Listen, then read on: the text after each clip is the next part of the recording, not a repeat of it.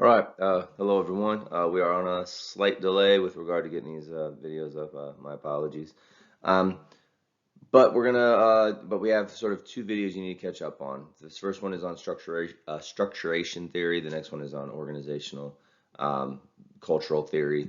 How do organizations work? Both of them are very similar to each other. This is why they're all kind of lumped together in the syllabus. So let's go ahead and get through some of these big ideas, and then we can sort of move on. And we have our next test this coming Friday. So, structuration theory. All right. Organizations create structures. All right. So let's go. Let's just go ahead and get through the rest of this definition here. Which can be interpreted as an organization's rules and resources. These structures in turn create social systems in an organization. Organizations achieve a life of their own because of the way their members use the structures. Power structures guide the decisions making that take place in these organizations. What this is talking about is the ways in which organizations create rules, behavior, culture, values, etc. All right. So each little organization that you're a part of has different structures in place. The ways in which you operate when you go to school are going to be a little bit different than the ways in which you operate when you go to your job, are going to be different than the ways you operate when you go hang out with your family, are different than the ways you're going to operate if you participate on a sports team or an extracurricular activity. All right. Not all of them have the same values, beliefs, or behavioral norms. All right. Now, this creates this sort of chicken and the egg situation. All right. So the question becomes, do the individuals of the organization create the organizational structure, or is the organizational structure in place previously and then the new individuals that come up simply reinforce the organizational norms? And the truth of the matter is that it's both. So let's say that first and foremost, you enter into an organization, you enter into your new job. All right.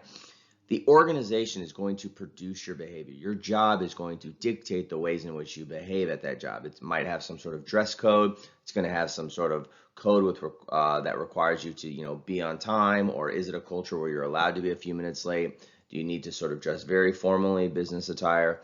Can you dress more casually? What sort of behaviors around like lunch breaks, when you can check out early, the formality or informal behavior that you're allowed to display in front of your superiors, whether it's management, CEOs, bosses, boardroom executives, etc. All right. You learn those behaviors based on the organization that you go into. So the organization creates your behavior. Now, in the process of becoming acclimated to the organization, you therefore reinforce those norms.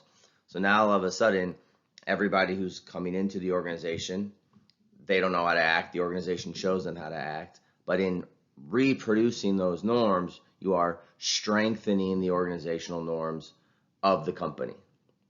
All right. So behaviors are reinforced. They're reinforced over and over and over again.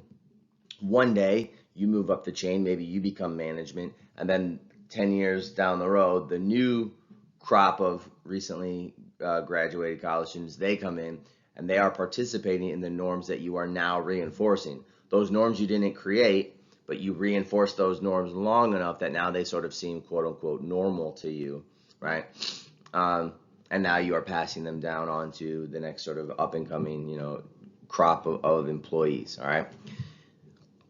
What structuration theory is looking at is like repeated patterns create power, all right?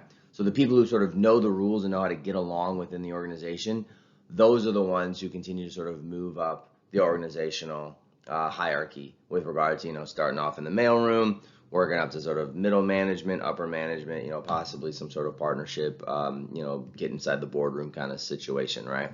So these repeated patterns, they create power structure. The people who know the rules, they move up quickly. The people who are less concerned about the formality of the rules, maybe they, stay at a certain level for a longer period of time, right? And we'll talk more about that maybe on the last slide a little bit when we talk about gender differences and power structures.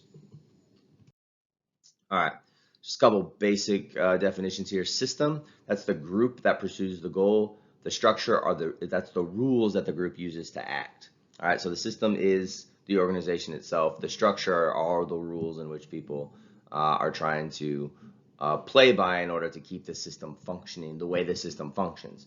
Now, again, you can have different systems if you decide to change the rules. However, you need buy-in from everybody sort of within the organization. Structuration is the production and reproduction of the rules. We can also think about this as transformation, right? So again, you come into an organization, you don't know what to do.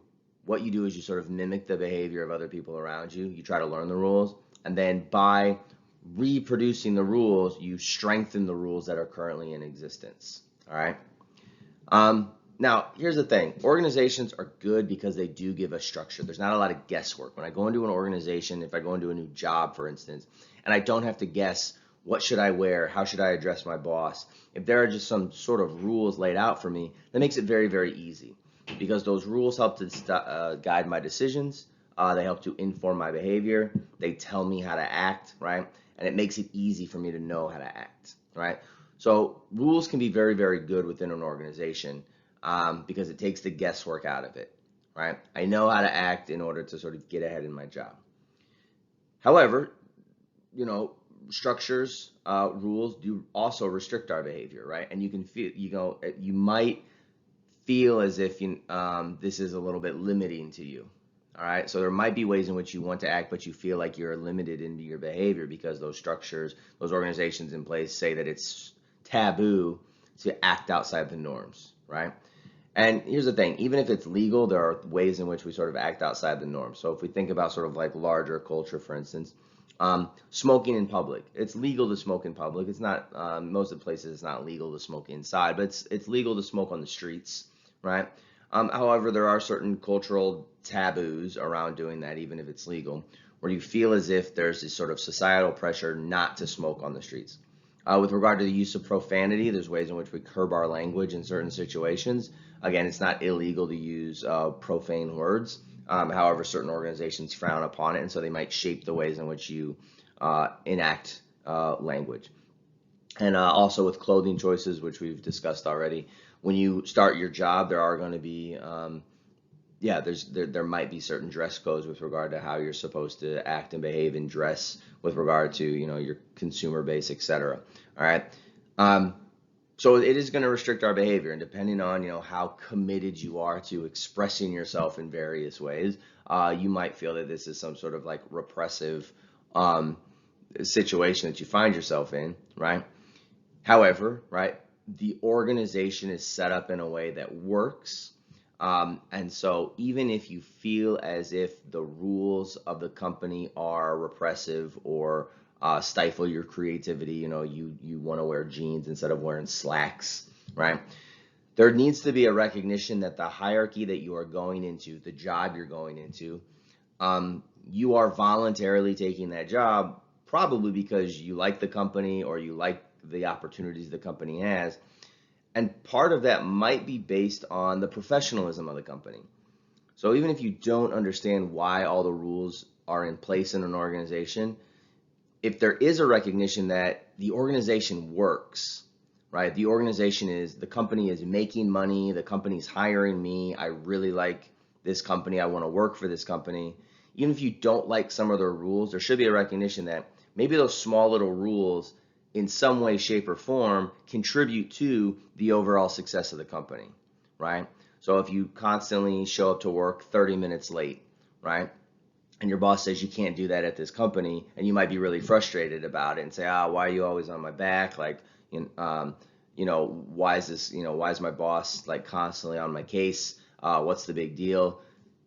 You should be reflexive enough to say like, well, this organization is successful in some ways, and the boss has these rules in place with regard to being on time and looking appropriate and all this other kind of stuff that might actually contribute to the company's success with regard to me being able to have a job and the company being able to pay me a wage.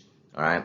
So even if you don't understand all the rules, there should be a recognition that if the organization is functioning, all the rules, even the small little annoying rules, might in some way be contributing to the overall culture of the organization that makes it successful. So things like if it's really strict on being on time and dressing in business attire, watching your language with regard to use of profanity, all of these things, if it's really strict on your lunch breaks, like, you only have an hour and a half for lunch, then you have to be back on time, right?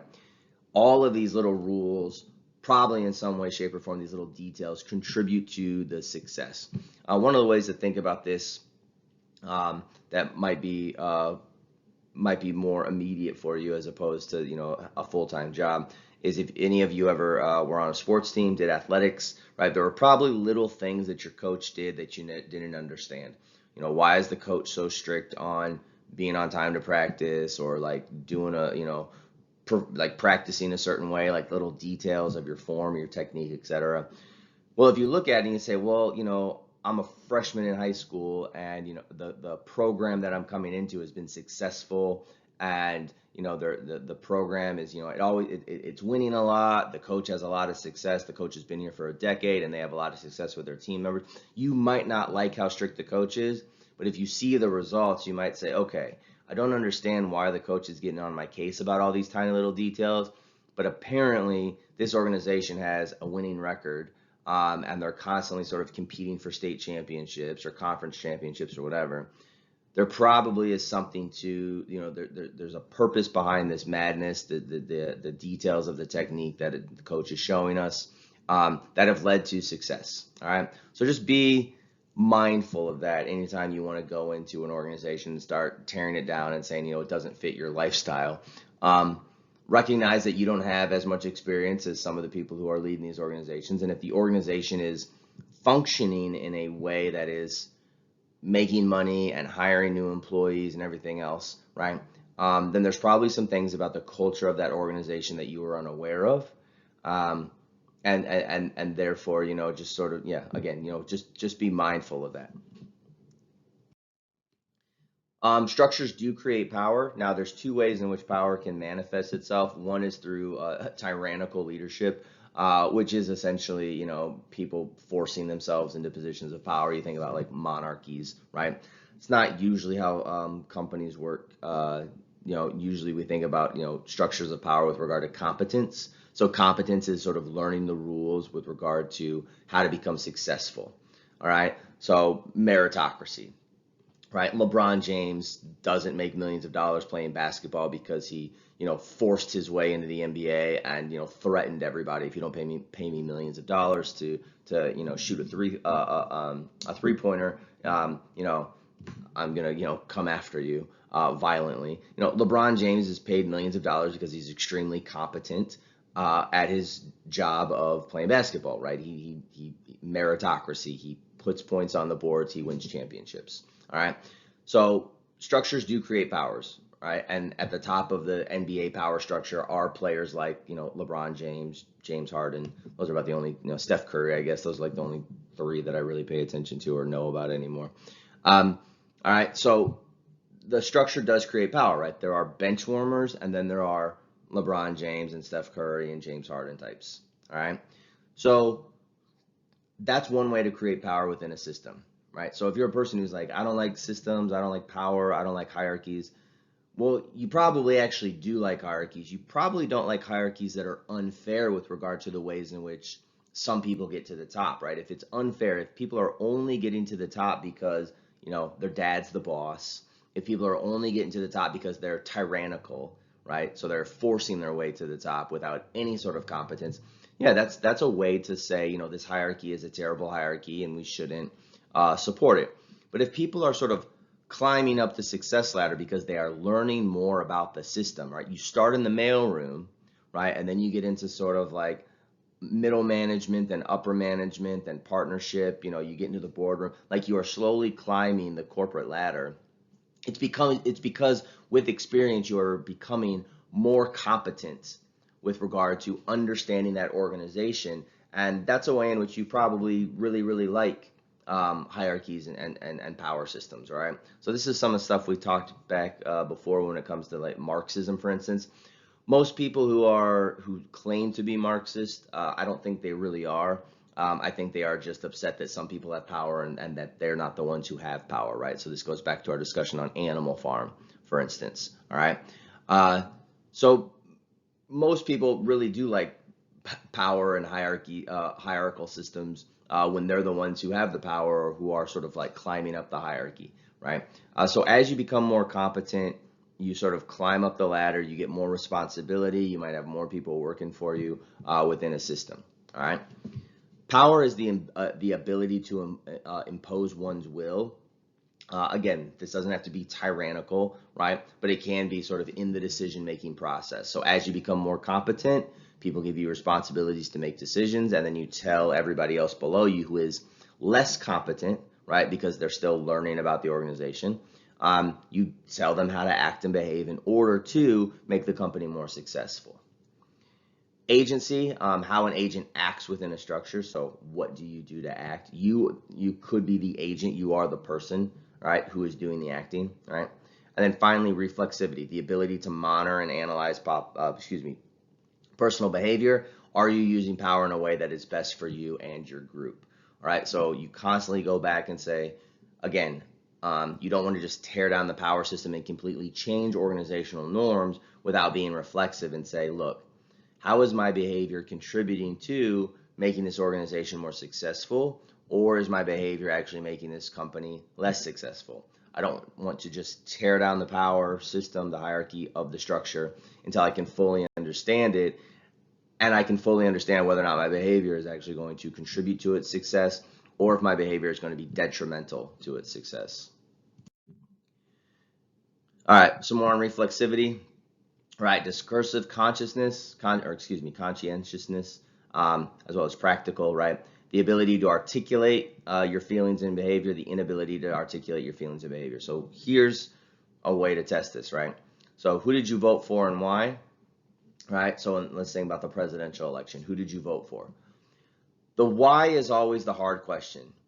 You can usually articulate, like, who did I vote for? Like, that's a pretty straightforward question. If you think about an organization or a job, it's like, what decision did you make this week in your workplace? You say, this is the decision I made in work, right? Then you have to be able to be reflexive about why did you make that decision, right? Most people actually don't know why when it comes to who they voted for. They'll say, like, well, I just grew up in a household that's Democrat. I grew up in a household that's Republican. That's not a good reason to vote for some person or another person, right? The religious question, like, why are you of a certain religion? Well, I just kind of grew up in the church. No, okay, like that's not a good why answer, all right? So if you don't know why, you say this, like, what should you do? Like, the first thing you should do is, there's multiple things you can do, but it's like you can go out and you can sort of study policy on a candidate, on a politician. If you don't know why you're of a certain religion, you can go and read the religious text that is sort of foundational to whatever religion you claim to be. The first thing you should do is just sort of pause, right, and quit making decisions so you completely understand why it is you're making those decisions. When it comes to a company, right, why are you making certain decisions with regard to, company, product, sales, etc. You should be asking this question, why are you making those decisions? And then be able to fully articulate how those decisions lead to success within the company, right? So that's really what we're looking at here with regard to discursive and practical conscientiousness, right? Can you articulate why it is, can you articulate your feelings, your behaviors, why it is you are doing what you are doing, or are you just sort of falling back into organizational patterns because those are the patterns that are in place, all right? Now, most of us just slip into patterns. Most of us just slip into the scripts that we're supposed to do. We show up to a new job, our boss says, here's the dress code, here's what time you need to be in at work, here are the tasks you need to complete today. And most of us don't question it for a while because we assume that the boss knows best, right? And we want to get a paycheck, we want to impress the boss so he doesn't fire us right away like we want our jobs, right? But after a while, if you want to continue to sort of help the company grow or move up the company ladder and make sure that the company remains successful, you are soon going to be in that position to sort of ask these why questions to make sure that the company has a solid foundation moving forward, year after year. All right. So at some point, you can't just sort of be this lemming, right? This person just follows orders. At some point, like, you have to sort of mature into that person who's the one who is asking the why questions with regard to why is the organization behaving and acting in the way that it is acting. All right. Hegemony is just a fancy word to describe the ways in which things start to become similar, behaviors start to become similar. You can start to see this in certain companies, right? So if you have 100 people who work for the same company, they all start to act and talk and behave in the same form or fashion, and they behave and act and talk differently than a group of people in a different organization. All right.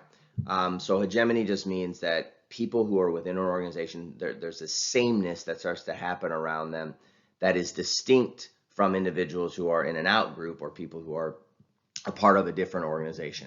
All right. Hegemony, a bunch of people are going to start to sort of act and behave in a similar way where you're going to be able to look at them and say, like, do you work for this company? Like, you seem like a person who is a part of that company, or you seem like a person who is a part of that university. You seem like a person who plays this sport or is a part of this team, right? Like, I've just seen a lot of people who act and behave and talk like you, and it's distinct enough for me to sort of say, like, you probably work for this company or go to this school or play on this sports team or whatever, right? So we all have, you definitely are one of these types of people. I'm one of these types of people, and you've recognized this in other people before when it comes to sort of understanding the small little idioms and details of people's actions and behavior to sort of be able to distinguish. I bet they're a part of that group because there's something similar where that group all acts in a specific way.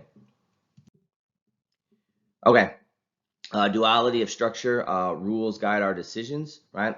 You depend on the rules, but you also make the rules, which means you can change the rules. All right.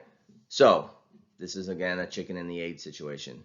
The rules of the company, right, guide the ways in which I make the decision. But we also have to recognize that as I reproduce the behaviors of the company, I reinforce the rules every time I participate in the rules. All right. So I do have the ability to change the rules if I decide to change my behavior. All right. So the question becomes, again, does the organization influence my behavior, or does my behavior actually influence the organizational culture? And the answer is, like, it's both, right? They're both playing off each other. The organization tells me how I'm supposed to act, but every time I act in that way, I am reinforcing cultural norms. So if I want to change cultural norms, then I have to actively try to change my own personal behavior and hopefully get other people to change their behavior also, who are also within that organization. All right. So you have the ability to change the organizational cultural norms of whatever company or school or sports team that you're on, right? But it's going to take a lot of work because you are going to be swimming by yourself for a while until other people also start to reproduce and mimic the behaviors that you're putting in place. All right. So organization structures and rules are very, very rigid because they've been in place. They become so normalized. All of us fall into these patterns of organizational rules and culture. If you want to change them, you're going to have to be the one who changes it for a while until other people sort of get on board with it. We'll take another athletic example. So where I coach, like, we have a very strict rule about, the kids that I coach, like, they have to be ready at practice at 3:30, and if they're late, there's going to be a big problem, right? Now, it's hard to get that going for the first couple weeks of practice because the season's just started. We have a lot of freshmen coming on the team. They're not used to that sort of very strict, rigid structure, right? So they say, we're going to start practice at 3:30, and if you're late, it's going to be extra sprints or the whole team's going to get punished or whatever it is, right? But within a couple of weeks, everybody starts to fall into, like, no longer is it just the coaches telling the kids to be on time, it's the other kids telling each other that they have to be on time because the other kids don't want to get punished with extra sprints or staying late after practice or whatever it might be, right? So if you want to set a rule in place, it's not just that the coaches have to say you have to be on time, but the coaches sort of put that rule in place, and then eventually it branches out to all of the other, like the upperclassmen, the captains on the team, they're telling everyone they also have to be on time. All right. So whatever rule it is you have to start, you're the one who's going to have to stand alone for a couple weeks trying to change that rule. And then eventually what you're going to see is other people are going to start enforcing that rule as well. All right. So by myself for a couple weeks, it's like, be on time, be on time. And then eventually I don't have to yell about kids being on time anymore because other kids are holding each other accountable with regard to being on time. All right. Michel Foucault, we've talked about a little bit. He has this idea of reward and coercive power. So reward power, when people act the way in which the organization prefers they act. Um, there are positive things that you do to exert power. So you give people rewards, right, for showing up on time or meeting certain quotas, right?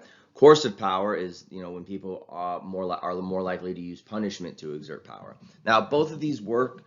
There's lots of debates. There's lots of research that say, reward is better than punishment, or punishment is better than reward. Um, there's enough disagreement where I'm not going to take a side on it, right? But that's what Michel Foucault talks about. There's ways to exert power. One is by when people do good things, you continue to you give them rewards, right? And coercive power is when people do bad things, you punish them, right? The question becomes is like, what's the best way to get people to act in the way that you need them to act in order for the organization to work the way it needs to work. Okay, these 3 ideas you need to know for the exam. All right. Referent power is the power that you have because you have good relationships with people. All right. So if you can think about like a boss you have that you are willing to follow, not just because they have a title, but because you actually have a really good relationship with them, that's referent power. This might work if you think about group work in a class, right? So if I put you into groups to do an assignment, there might be 5 of you in the group, and there might be one person who sort of stands out as the leader of the group. There's not a formal title on it, but that person just has really good relationships with everybody. They seem competent. They just have a positive attitude, and you as a group all might just decide like, hey, like let Susie be in charge of our group work because she's just a really positive person who has good relationships with us. All right, that's referent power. When people are able to exert power because they have good relationships with the people around them, right? And the people around them sort of decide like we're willing to follow your lead. Legitimate power is when people can exert power because they have a title and position. So they don't have to have good relationships with you. You could have a horrible, horrible boss, but you just have to listen to what they say because they have legitimate power. They have a title and a position that says they're in charge. All right. So that's legitimate power. They have the ability to sort of, clamp down and say like, chain of command, I'm in charge. It doesn't matter if you like me or not like me. I have this title. And then finally, expert power. So people can exert power because they know something. Okay. Now all 3 of these, they can cross over, right? So you could have a boss with a title, so they have legitimate power, but you're also willingly following them because they have really good relationships with you. All right. A professor, right? You could like listen. There's ways in which you kind of have like a professor has power in the classroom because they have the title of professor, right? And they have the ability to sort of, they're the ones who hand out the grades. But they also have power because they know something that you don't know. So it's like the professor has information that you need for the test. So it's like, okay, I'm going to listen to this guy. Even if I don't have a good relationship with him, right? I know that, he's the one who has the title and he's the one who has the expertise with regard to the subject. All right. And finally, this is the controversial stuff. Go ahead and watch this YouTube clip. Just like, I guess, 2 minutes of it here. I think it's only 5 minutes total, but whatever, right? But from the textbook I used to use, it talks a little bit about this idea of power, specifically who seeks it and why. So this is more of like a gender comm discussion. So there was a Forbes magazine article that the book discusses by a woman named Caroline Turner. And what she talks about when it comes to exerting power, or excuse me, of having power, is some of the ways in which genders behave differently. So there's more masculine power, which tends to be more individualistic. And when females exert power, it tends to be more collective. So essentially, if you're in a company and someone comes up with a really good idea, if that person is a man, they're more likely to take individual credit for it. If the person who has a good idea is female or a woman, they tend to talk about the collective effort of the people around them, and they try to make it more of like a we conversation, like we sort of did something for the company, as opposed to a man's more likely to be like, I did this, right? That there's something that seems true about that, right? So one of the things that Caroline Turner talks about in this Forbes magazine article um, is this question of female leadership, female CEOs in like Fortune 500 companies. And one of the things she points out is, or the question that she raises is, when it comes to the low representation of female CEOs in or female executive board members at the top of like these Fortune 500 companies. She asked this question is like, could it be that generally speaking, right, not all women, right, but generally speaking, proportionally, women lack the ambition or appetite for power for power that are required to reach the top, right? So what she's specifically talking about is in most Fortune 500 companies, like it is a cutthroat situation. It's like you have to be that strong individual who is willing to step on people, right? Who is willing to be cutthroat, who is willing to, work long hours and throw people under the bus. And like, climbing to the top is going to take 20-hour work days every day for 10 years where you are like making hard decisions and cutting off relationships with people, right? So what Caroline Turner is asking is generally speaking, it's not that women don't have an appetite for power, but she says, do women lack the appetite for that specific type of power that is required to be at the top of a Fortune 500 company, which again is extremely, cutthroat and difficult to get to and requires to sever certain relationships, to be more individualistic, to sort of seek out that power for the sake of seeking out that power by yourself, as opposed to being more, we all did this, let's be more collective, like this is a group effort. If you want to be at the top, it's like, well, I got to be at the top, and being at the top is a more of an individualistic pursuit, right? So what Caroline Turner claims is that women are more turned off by these traditional masculine power systems in traditional sort of Fortune 500 companies. And again, it's not that women don't have an appetite for power or to be leaders. It's just the specific type of leadership qualities that are currently required in order to get to the top of a Fortune 500 company. All right. To sort of dig into this a little bit more, you all can watch this little YouTube video on the wage gap, right? And it sort of slices and dices some of these theories and other variables that might go into why it is that there is a wage gap. So in short, women make 71 cents, the average woman worker to the average man who makes $1. Now, this isn't for the same job. This is for different jobs, but it's all women who work and all men who work. So it goes into some of these little details in this clip. So on average, women work about 41 hours a week. Men work about 5 hours more, about 46. A lot of this, it's not necessarily a wage gap between men and women. It's more of a wage gap between women who have kids and then everybody else. So women who don't have kids are making the same as far as on average. Once women have kids, they start to just have different priorities, again, with regard to this Caroline Turner article, with regard to like this appetite for power.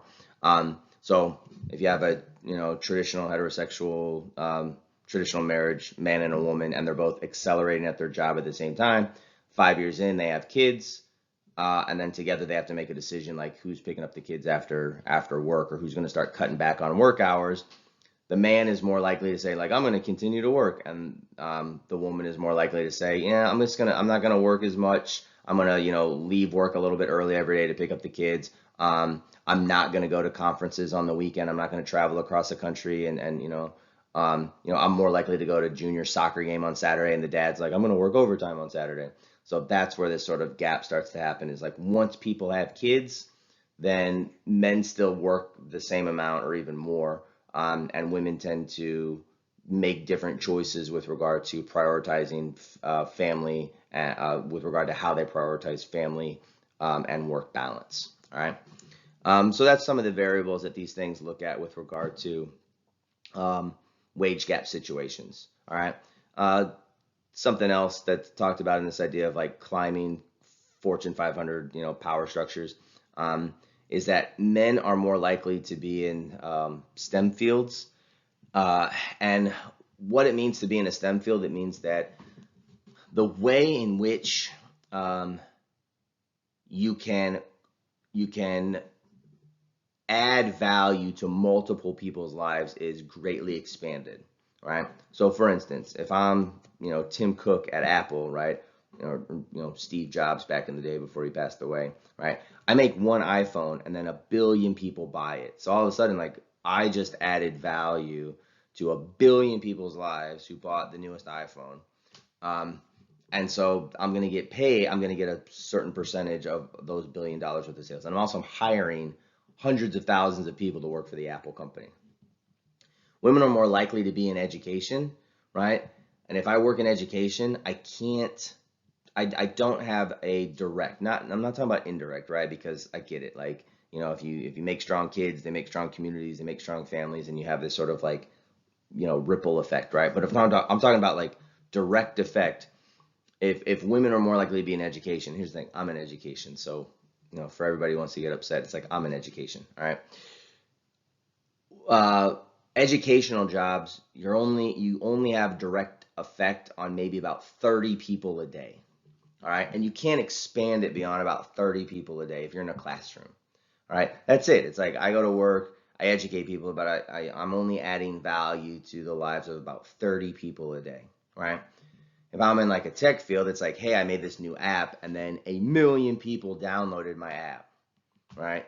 So that's part of where this wage gap comes in. If I'm working directly with people as like a nurse or in education or in the service industry, it's like I can only have direct communication. I can only like have direct contact with regard to adding value to people's. I can only have like there's only so many people, right? I can do that with a day.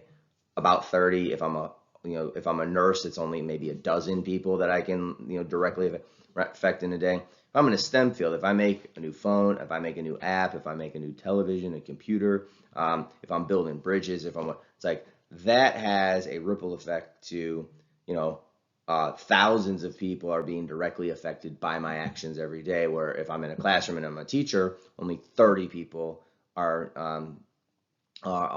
getting direct value out of the work that I put in every day. And again, I'm not talking about indirect, right? Because again, you help kids and then those kids grow up strong and they make strong communities and on and on and on and on, right? But that's not how we sort of, that's a whole other separate conversation on like how much do we value X, Y, and Z, right? We want to take it a different direction. We can think about someone like, LeBron James. Millions of people get joy and satisfaction with regard to watching LeBron James, dunk a basketball, right? People are not paying me any money, right, to watch me, shoot a basketball at my local park, right? So if I go and shoot a basketball at my local park, effectively 0 people find any value in that, right? And 0 people are going to pay to watch that, all right? You turn on the TV and LeBron James is playing, millions of people are watching that at once. So LeBron James has